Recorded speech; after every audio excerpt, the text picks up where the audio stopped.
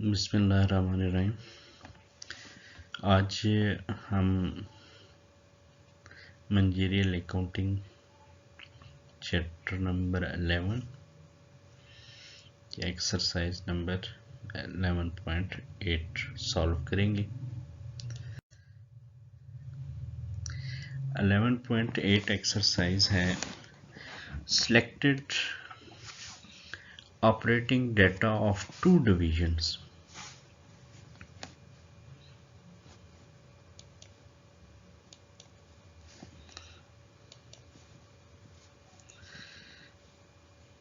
Two divisions of Outback Burg Limited of Australia are given below. Division Queensland, New South Wales, sale दी हुई है, average operating asset दिए हुए हैं, net operating income, plant property plant and equipment net ये दिया हुआ है।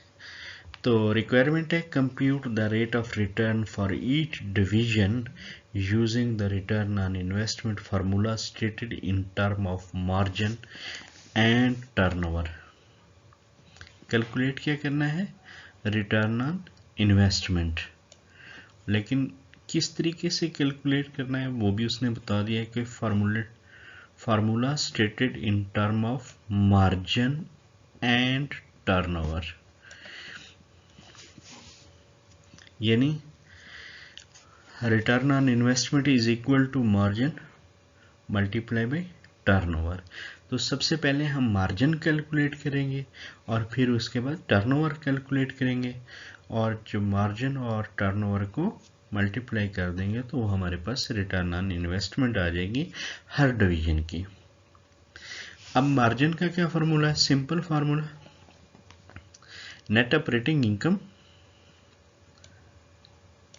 Divided by sale. तो ये हमारे पास आ जाएगा मार्जिन, यानी 3,60,000 डिवाइडेड बाई 4 मिलियन, तो ये हमारे पास 9% आ जाएगा मार्जिन फॉर क्वींसलैंड। और न्यू साउथ वेल्स के लिए हमारे पास नेट ऑपरेटिंग इनकम है 4,20,000 और सेल है 7 मिलियन। 4,20,000 तकसीम 7 मिलियन, तो वो हमारे पास आ जाएगा 6% मार्जिन आ जाएगा न्यू साउथ वेल्स के लिए। 9% हमारे पास आ जाती है मार्जिन, ये आ गया क्वींसलैंड के लिए, और 6% साउथ वेल्स के लिए। अब फिर हमने कैलकुलेट करना है टर्नओवर। टर्नओवर का क्या फार्मूला है कि sale divided by average operating assets. तो हमारे पास सेल है 4 मिलियन और एवरेज ऑपरेटिंग एसेट्स है हमारे पास 2 मिलियन। तो 4 मिलियन डिवाइडेड बाय 2 मिलियन, तो हमारे पास 2 आ जाएगा टर्नओवर फॉर क्वींसलैंड। और फिर इसी तरह टर्नओवर कैलकुलेट करेंगे न्यू साउथ वेल्स के लिए। तो न्यू साउथ वेल्स की जो सेल है वो 7 मिलियन है और एवरेज ऑपरेटिंग एसेट 2 मिलियन, तो ये 3.5 टाइम्स आ जाएगा टर्नओवर।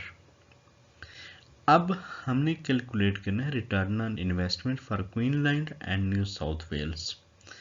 तो अब हमारे पास इसका फार्मूला वही मार्जिन रिजर्व टर्नओवर। अब हमारे पास मार्जिन आया है 9% और 2 आया है टर्नओवर। तो हमारे पास जब इन दोनों को मल्टीप्लाई करेंगे 9% मल्टीप्लाई बाई 2, तो 18% क्वींसलैंड के लिए हमारे पास रिटर्न ऑन इन्वेस्टमेंट आ जाएगा। ये यहाँ पे सारी कैलकुलेशन की हुई है कि मार्जिन कैसे कैलकुलेट करेंगे। 3,60,000 डिवाइडेड बाई 4 मिलियन, 9% हमारे पास आ जाएगा मार्जिन, और फिर टर्नओवर कैलकुलेट किया 4 मिलियन डिवाइडेड बाई 2 मिलियन, तो वो हमारे पास 2 आ गया। 2 और 9% को मल्टीप्लाई करेंगे तो हमारे पास 18% रिटर्न ऑन इन्वेस्टमेंट आ जाएगा। और इसी तरह फिर न्यू साउथ वेल्स में भी यही कि 6% हमारे पास क्या आया था, मार्जिन आया है, यानी 4,20,000 डिवाइडेड बाई 7 मिलियन, तो वो हमारे पास 6% आता है मार्जिन। और टर्नओवर क्या है, 7 मिलियन इसकी सेल है, और एवरेज ऑपरेटिंग एसेट पे डिवाइड किया 2 मिलियन पे, तो 3.5 टाइम्स आ जाएगा।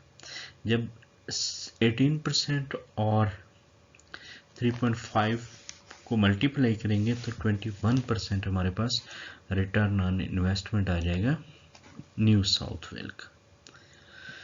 तो ये थी पहली रिक्वायरमेंट्स। अब हमारी दूसरी रिक्वायरमेंट है